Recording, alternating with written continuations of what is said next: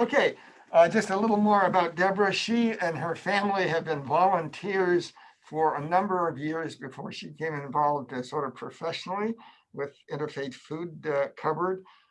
She's a community leader, very active in a variety of different activities.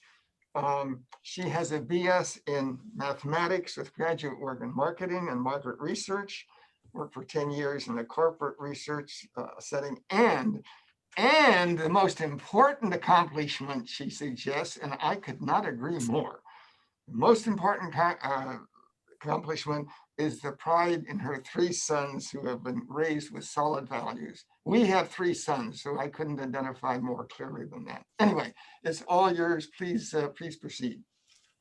All right, thank you so much, Lee. So I am the manager of the Interfaith Food Cupboard, and I'm ready to give you a presentation today to explain who we are, what we do, how we have responded to the COVID crisis that's happening all across the world today, and how you might get involved to help others in your community. Next. So what is Interfaith Food Cupboard? We are a part of the Interfaith Housing Alliance in Ambler, which is a nonprofit focusing mostly on homelessness. We are part of the Family Promise Network, and we serve families in Montgomery County.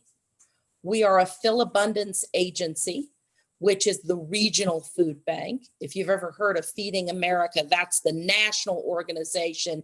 And then Philabundance is part of Feeding America, and we are part of Philabundance.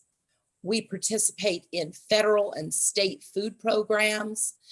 The most notable one is the Emergency Food Assistance Program, or TFAP, but there are others as well that allow us to provide a more comprehensive set of benefits to people who come to our cupboard.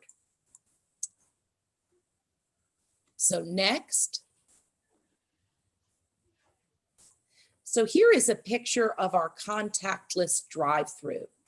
You can see as you enter behind the Living Word Lutheran Church, there are 2 lanes appearing before you. If you move to the right, you're going to be in our grocery pickup lane. If you move to the left, you're going to be in our food donation drop-off lane. And up ahead, you can see that there are some tables set up. You can see some volunteers are out helping. The car there is in our client lane, and there's a basket of food ready for them. We took this approach in order to maintain social distance for COVID safety. We're open 4 days a week, Mondays, Wednesdays, Thursdays, and Saturdays. So we got 1 weekend day available. We've got 1 evening available on Monday. And we offer, both grocery pickup services and donation drop-off services on the days that we're open. Okay, next. So when COVID-19 hit, we had to be very agile. We had to move quickly to change the way we were delivering services to the community. Up until then, we had a shopping model, or what we like to call a choice model in the food cupboard business. It means that someone can come into your facility and they can choose the items that suit them, their family, their culture, their religious needs, their health. And then they just proceed with a cart through your facility and select the items that they need.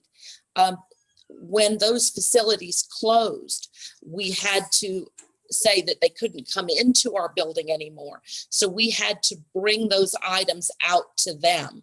So we developed a drive-through model that allows us to keep everyone socially distant, keep our volunteers safe, as well as our clients and our donors. As we approach the winter, we're going to be adding a grocery delivery option as well, especially because in the most inclement weather, it can be very difficult to run a drive-through. So this will allow us to be able to get food out to the people who need it, even if we have to be, inside and we can't open the drive-through. We are following the most stringent CDC and Philabundance guidelines. We're staying up to date on the most important, aspects of how to keep ourselves and others safe. We are wearing masks, washing hands, wearing gloves. We're disinfecting surfaces. We're using social distancing, and we're all set up for contact tracing. If it were to happen that anyone that we're associated with were to be identified with COVID, we're prepared to move quickly to help be part of contact tracing in order to help the county to be able to respond quickly to whatever might be an outbreak from that. Luckily, we have had no COVID cases among our clients, our donors, or our volunteers. So we're working very hard to keep that the case. Next. So here you can see two pictures of our packing room. You can see about half of our packing room. The other side, it kind of looks very similar just on the other side of the room. You can see that there are lots of foods that are out on shelves, ready to go to pack up grocery bags. Now that we have to operate it as a drive-through, we have to pack up the bags in advance, which is something, we really feel the loss of that. And we try very hard to accommodate whatever needs we can for the people that we're serving, even though we're pre-packing bags for them. And then you can see we've got a whole lineup of grocery bags packed and ready to go. We're running 2 shifts a day. We've got people who come in to help us run the distribution. And then immediately afterward, we have a shift that comes in to pack bags, stock shelves, and get us all ready to do it again. And at the end of packing bags, you can see how empty our shelves are. We really do move the food in and move the food out at a very fast pace. Next. So you're going to see a lovely lady here in a witch's costume, because this picture was taken of Pat Smith yesterday. We had a good time at the cupboard on Halloween. Everyone dressed up for the holiday. We gave out candy to the kids. We had treat bags, and we had a good time. So I wanted to share with you, here she is coming out of our cupboard with one of our wagons. It's got the groceries in it for a client who's waiting. And these will be some pre-packed items and some items that we're putting together as they arrive and are making requests. So they could get dairy, milk, eggs, and cheese, frozen meat, fresh produce, bread and bakery items, of course, our shelf-stable pantry items. We offer paper goods like toilet paper and paper towels, household cleaners, personal grooming items, feminine supplies, incontinence supplies, and then items for babies and toddlers, baby food formula, diapers, wipes, and other supplies for infants and toddlers. So we have a sign out in our drive-through telling people to please request if there are these special items. And then we have a runner who is inside to go in and grab the specific items that a client might need. Okay, so next. So how do we manage to accomplish this? Well, we do it through the amazing generosity of the people in our community who continue to support us and provide a consistent supply of donations. Here are just a few examples. As we moved into the COVID period, we had to change our strategy because we had to have people coming into our neighborhood with their cars. We couldn't make it so that people who lived in the neighborhood could not live their lives. So instead of having people come through, and you could have 75 donations a morning, can you imagine 75 cars trying to make it through just the parking lot behind a church? So we assigned neighborhood food drive captains, and these are amazing people who take it upon themselves to organize their neighbors, their friends, their relatives, and the food is dropped off to them at their home, and then they come on an assigned day to bring that food to us. So that allowed us to be more efficient in the way that we do donations, which has really turned out great. We've had Eagle Scouts that have done their Eagle Scout projects to support us. We've got both churches and synagogues that take up collections and bring those items to us on a regular basis. Up in the far left-hand corner, you see the green bags there. This is a teacher at St. Paul's Church. She was teaching her kids this year both about community compassion and environmentalism and ecology. So these are eco-friendly, like bags of household cleaners and personal grooming supplies that the children fundraised for, and then they researched which products to buy and assembled these for our patrons. So we were so excited about that. We had another woman in the community who said, I just want to focus on one item. What is your most asked for item? I said laundry detergent. She ran with it. She provided us with 100 bottles of laundry detergent. And everyone really got in and behind that. It was something easy for people to do. They could just go and do the regular grocery shopping and just grab an extra bottle of laundry detergent that day and bring it over to her house. And then she brought them all to us. So we like to say that we're sharing love and caring with our neighbors, one donation at a time. So next slide. So here are our volunteers from our Saturday team yesterday. On the left, the three most left people are the Gall family, mom, dad, and their daughter, Tiffany. They've been with us all throughout COVID. They work every single day that we are open. Tiffany is our inventory manager, and she does just an amazing job of keeping us well organized. And then the family in the middle is a married couple. We have many married couples who come to volunteer together. And then we've got other volunteers here. There's Pat and Elizabeth and Renee. Usually we try to do a group of 8 each time that we run our distribution. It takes that many hands to get everything done. In order to be careful with COVID, everyone works in a separate zone inside the facility. And we like to have family groups who work together because they're already in one another's safety pods. So they'll work together. So there are lots of jobs that need to be done. I mean, you can't imagine how many different things, and every single thing is an important and critical and valuable contribution. We have some people who will just go and do one food pickup a week or one food pickup every other week. And they'll go to grocery stores. There's part of a program through Philabundance called Groceries Against Hunger. And we have grocery stores who will offer donations to food cupboards. And we sign up to have a day for a particular grocery store. And we have a volunteer who kind of owns that delivery. And then we have volunteers who will go and pick up our TFAP, our government food.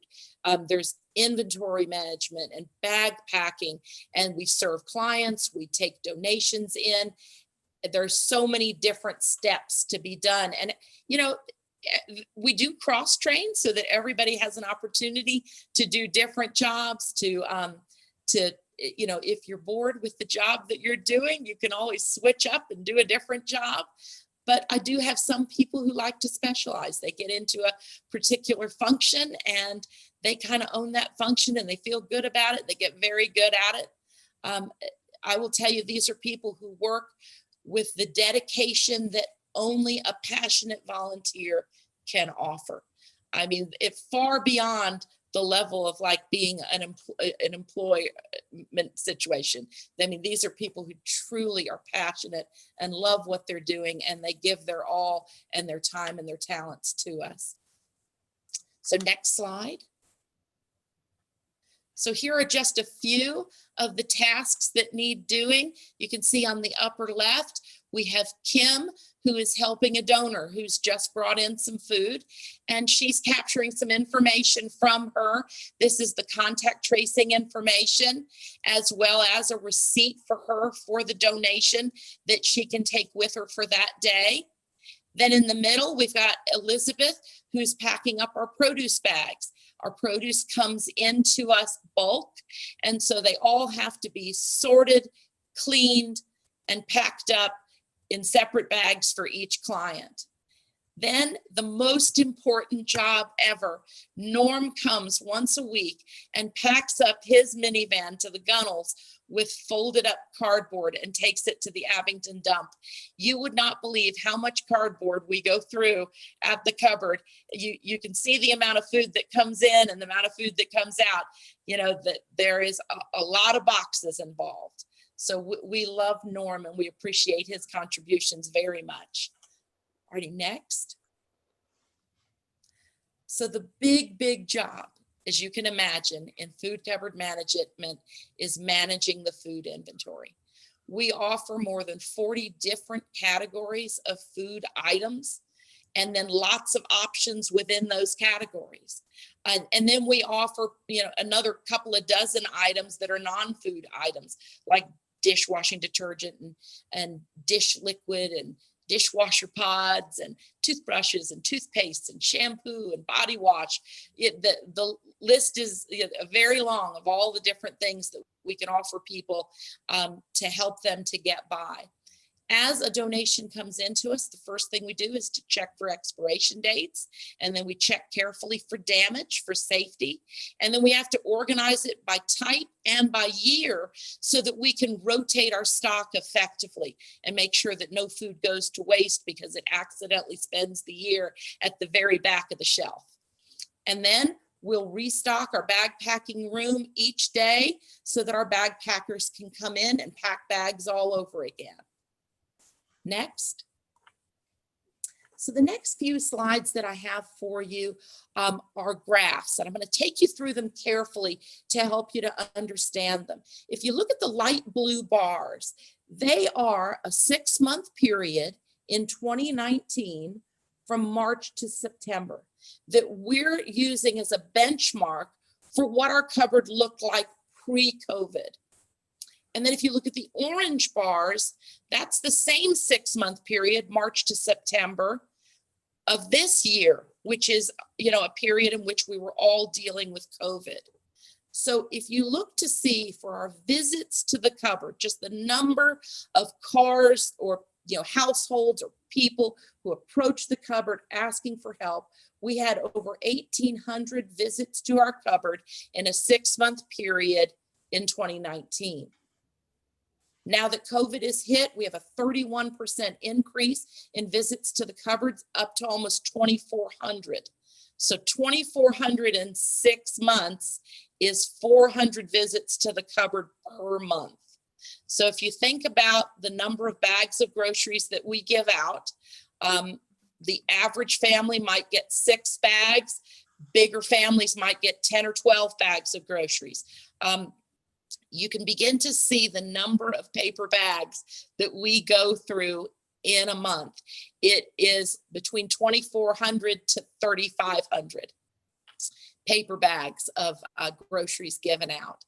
So if you look to the right, if the visits include duplicate visits where people come back week after week. Some people will visit once a month. Some people will visit every other week. And you know, we encourage about an every other week utilization of the cupboard, but we're quick to say, if you're in a pickle, if you're in straits, please get back to us and we can help you. We don't want anybody sitting in their home without adequate nutritious food, thinking that their food pickup day is still a week away. We want them to know that we're there for them whenever they need us. So we do have some families who utilize us once a week. And then as people get back on their feet, that tends to drop off. But we have 454 unique different families that we were helping in 2019. And that increased by about 200 this year during COVID. So that's a lot of new families that came to our door for the very first time asking for food assistance. And I would like to share with you a couple of anecdotal stories of what that is like. There was a gentleman who called us on our phone line. He's a family of 8. His wife homeschools their 6 kids. He's in the construction trades, and his job disappeared overnight.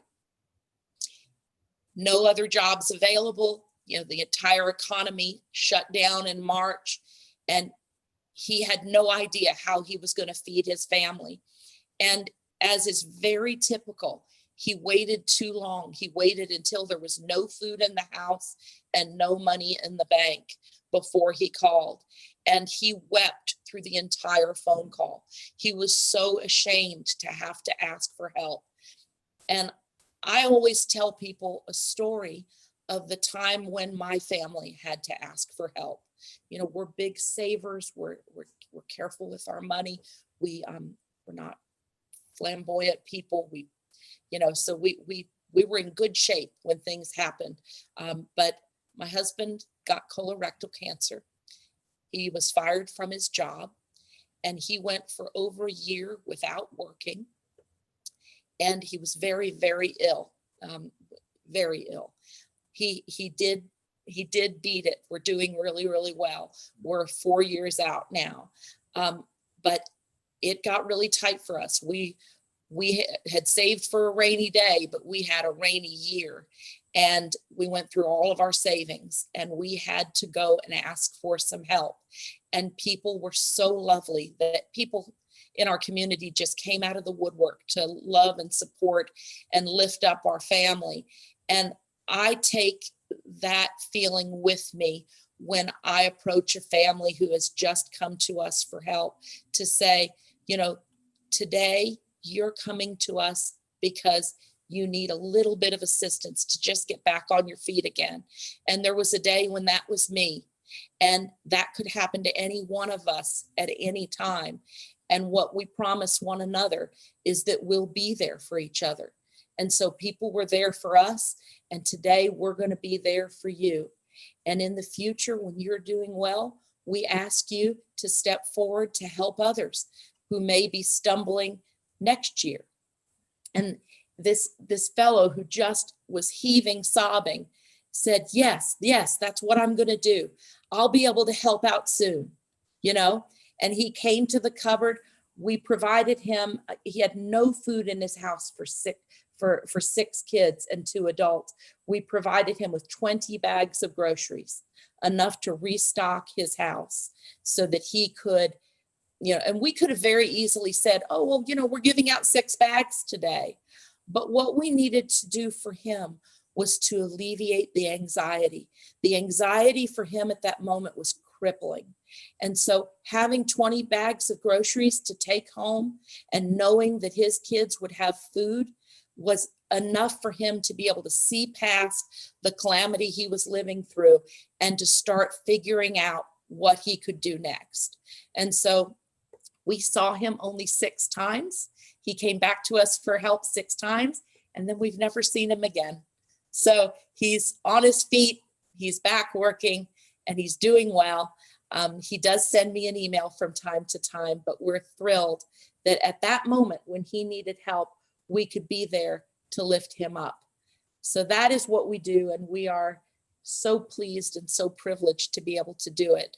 The most important thing to us is to convey to others that we value them, that we love them, that we want only for them to be well and healthy, and that we value them as members of our community.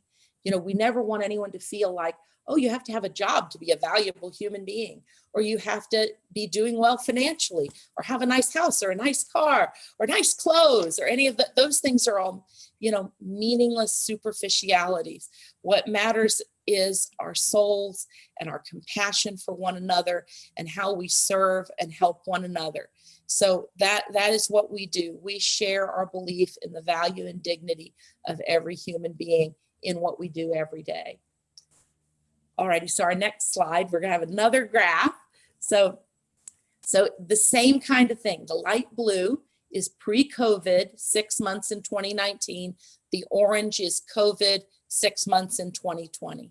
So the first pair of bars are the people, the total people that we touched with the food that we offered. So each person that comes through represents a household.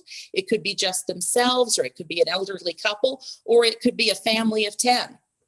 So pre-COVID, we were helping 6,281 people. And then post-COVID, we helped over 9,000. So you can see that's an increase of 44% in just the number of people that we are touching with the food that we're providing.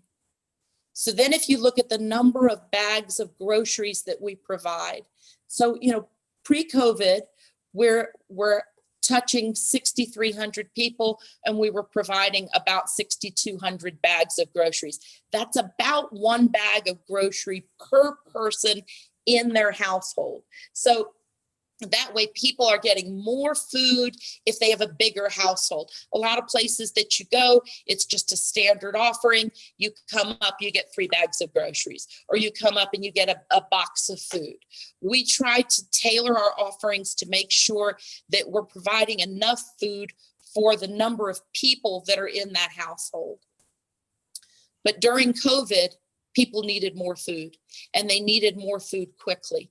Their situations had eroded so quickly and so drastically that what we had been providing before as just a supplement to the food that they had, maybe they had other ways that they could get food in addition to coming to our food cupboard. But suddenly some of those options dried up, and they needed more food from us. So we were able to increase the amount of bags of groceries to 13,600 bags of groceries in a 6-month period, or an average of 1.5 bags of groceries per person in a household. So we increased by 120% in the bags of groceries that we were offering. And we use bags of groceries as a way of measuring our response to the need for food. So more people needed much more food. So let's go on to the next slide. So who are we serving? Before COVID, we were serving about 2,800 adults, about 2,500 children, and about 900 seniors. After COVID hit, we had a sharp increase in the number of people we were serving, but we were amazed to see that the biggest increases were in the number of seniors. The number of seniors we were serving doubled to 1,900, and the number of children we were serving went up by 40%, and the adults we were serving went up by 28%. So you can see that the needs of children and seniors in our community have been quite acute during this COVID period. Next slide. So here is our very last graph. You guys have done great sticking with me through the graphs. This one is the most amazing graph ever. The community provided us with 60 tons of food in 6 months between March and September. That's 10 tons of food a month. And that doesn't account for our institutional food, our government food, our Fill Abundance food. This is just the food that people in our community went to their local grocery stores, ran food drives, collected in their neighborhoods, and brought to us to help the community. The only way that we could have responded so robustly to this challenge was because the community was behind us every step of the way. You know, under normal times, they were providing us with 80,000 pounds of food. And now after COVID, they provided almost 120,000 pounds of food. So that also gives you an idea of how much food we move. We move a lot of tons of food. So our volunteers say that they can, if they had an LA Fitness membership, they're sure they could quit it now. because they get plenty of a workout working out at our food cupboard. So in our response to the increased need for food in the community, we were able to increase so much because there was a 50% increase in the number of pounds of food that were donated by the community. And we're just so pleased and proud and grateful that people responded to this need, wanting to help their fellow man. And it continues to this day. We are astounded at yesterday, as we were running the food cupboard on Halloween, we had another 3 tons of food that came in just on one single day. So it was a remarkable thing to see. And I remind everyone that as you handle each one of those cans and boxes, you are touching the embodiment of love and compassion for our fellow neighbor. So those things are tangible evidence of the love and compassion of our community. So our next slide. So what are we up to right now at the cupboard? We are getting ready for Thanksgiving, and it's already well underway. Normally, we would be doing a Thanksgiving food drive. You probably remember from years past, the call would go out, a list of items to go shop for would be sent out, and everyone would go out and fill some bags with the fixings for Thanksgiving. But due to COVID, we're doing it a little differently this year. We want to keep our donors from spending a lot more time in a grocery store. And so we're going to provide gift cards this year. Giant and Aldi are really accessible in the area that our food cupboard is. And we're asking for $10 gift cards, 20s and 50s.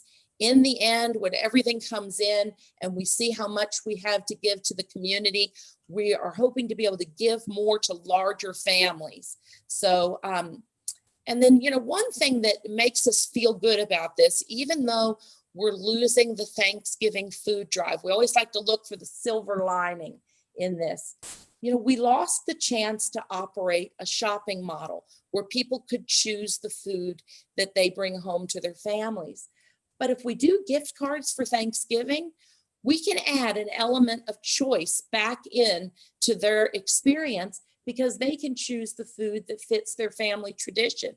And at a time when everybody is having increased stress due to COVID, I think we're all leaning on family traditions and comfort foods and familiar things.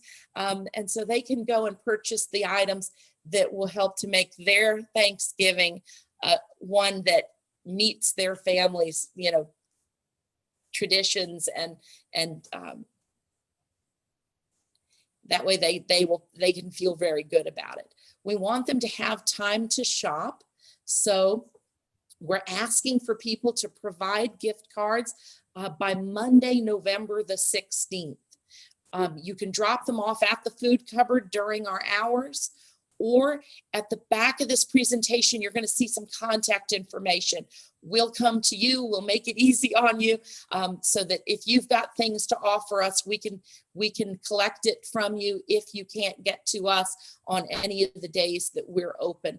The most important thing for us is that we want to provide this resource to our clients in plenty of time for them to prepare their own Thanksgiving meals. All righty, next slide.